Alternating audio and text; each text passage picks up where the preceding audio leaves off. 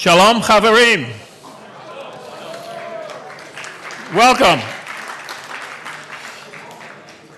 I want to first extend my thanks to our partner, Ron Lauder, Dan Diker,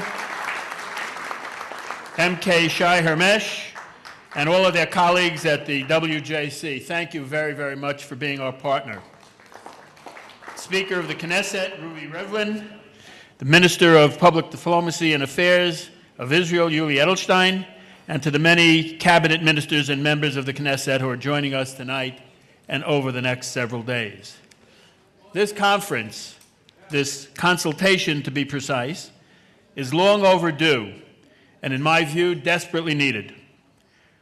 While each of us is here in our respective capacities as national parliamentarian, our common cause is captured by the simple phrase, Ahavat Yisrael, literally, love of Israel, meaning not just the state and the country and the land, but the concern and affection Jews have always shown for others over the ages and all around the world. When we hear about an attack on a synagogue or a cemetery anywhere around the world, our shared response is to want to come to the aid of the affected community, to ensure their safety and protection. When radicals and demagogues incite hatred and violence, whether against Jews or any other minority, our shared instinct is to stand up for tolerance and nonviolence and to defend the vulnerable and the weak. When we see Israel struggling with the intractable problems of peace and security, our national response is to lend a hand, to assist however we can. When we see pictures of Gilad Shalit, barely more than a boy 5 years ago, before his kidnapping, we know that he is also our son or our brother, and that his redemption from captivity is our duty as well.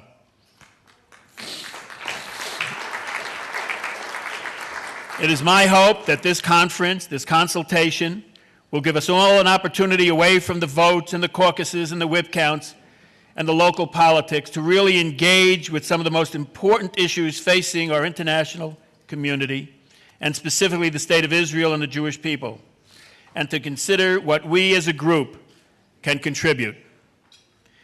But I think at the heart of all these challenges, there is a common thread and a common threat. I don't believe that the attacks on Israel's right to exist and the efforts to derogate the acts of self-defense to that of war crimes or even crimes against humanity are actually rooted in a belief in international law or a principled evaluation of Israel's military operations. What I believe is really driving most of these claims is a deep-seated and stubborn refusal to see Jews as a people. This conceptual failure, whether rooted in anti-Semitism, which it is, or ignorance, which it is, leads to a refusal to accept Israel as a Jewish state or to accept that it, like every other normal state, has a fundamental right to self-defense. And this question of Jewish nationhood is entirely separate from those issues relating to the Palestinians' legitimate aspirations for their own independent state, or what shape or character that state should be. Many countries have unsettled borders. Many states could make improvements in human rights records. Many nations contain minorities in need of greater legal protection and advocacy for their interests. Many states have been compelled to use force to protect their people and their vital national interests. But it is only Israel, the one and only Jewish state, that is subjected to the humiliation of having its right to exist routinely questioned and the right of its people to be free from violence openly rejected. Only Israel is the permanent whipping boy of the United Nations. So we are faced with a paradox.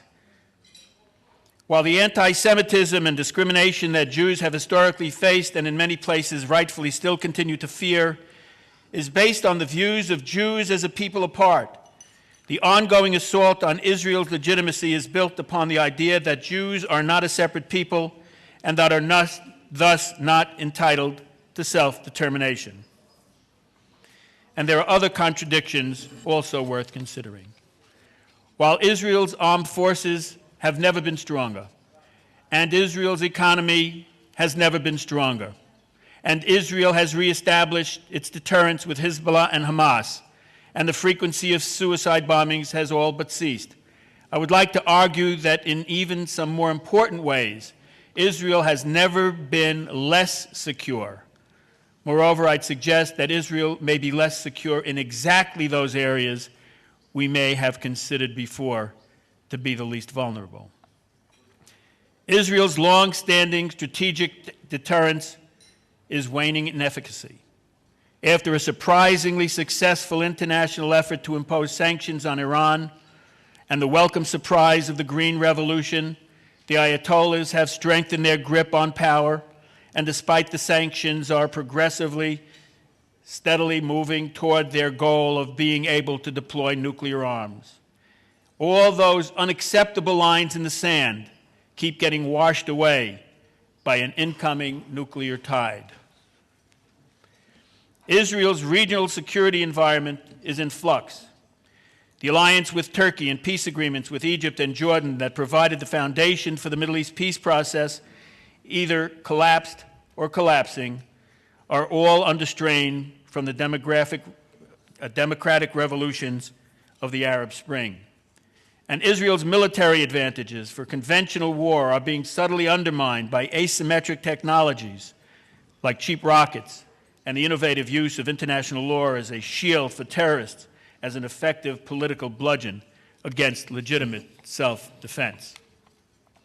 And perhaps most critically, the global political tide seems to be turning decisively against Israel and may produce what Israeli Defense Minister Barak termed a diplomatic tsunami in September.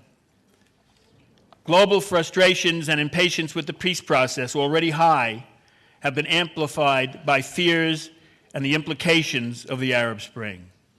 Notwithstanding the full-blown peace offers from governments of Prime Minister Barak and Prime Minister Olmert, and Israel's unilateral withdrawal from Gaza by Prime Minister Sharon, and the unilateral settlement freezes by Prime Minister Netanyahu, the current impasse nonetheless has been laid at Israel's door. The Palestinians plan to take their case for recognition and statehood to the UN General Assembly, and that poses great danger for Israel. If this initiative were to succeed, or worse, to slip out of control, the results could be devastating. Israel could be exposed to unprecedented kinds of sanctions and pressures beyond the wildest hopes of even Israel's worst enemies. And in addition to these challenges, we face another more intimate one. How do we as Jewish parliamentarians from all over the world and every part of the political spectrum, come together to protect and advance our common interests? Our task over the next 2 days is not just to detail the problems that face us individually as Jewish legislators and collectively as Jewish leaders, but to figure out, with all our possible differing approaches, how can we best coordinate our efforts? How can we share support for certain policies? And of equal importance, what should we do about our disagreements? I don't think it will, nor should it be easy to answer these questions. And while I expect our discussions will be civil, more importantly, I hope that they will be rigorous and unrestricted by an artificial sense of convention or any kind of imagined political correctness. The stakes are indeed too high. In light of the challenges we face, and with a nod to the sage Hillel, I would offer 3 more questions for us to consider. If not us, then who? If not here, then where? And if not this, then what? I'm glad to be among you, and I'm eager that we begin to try to answer all of these questions. And I thank you all for embracing this opportunity to be a part of this very important consultation.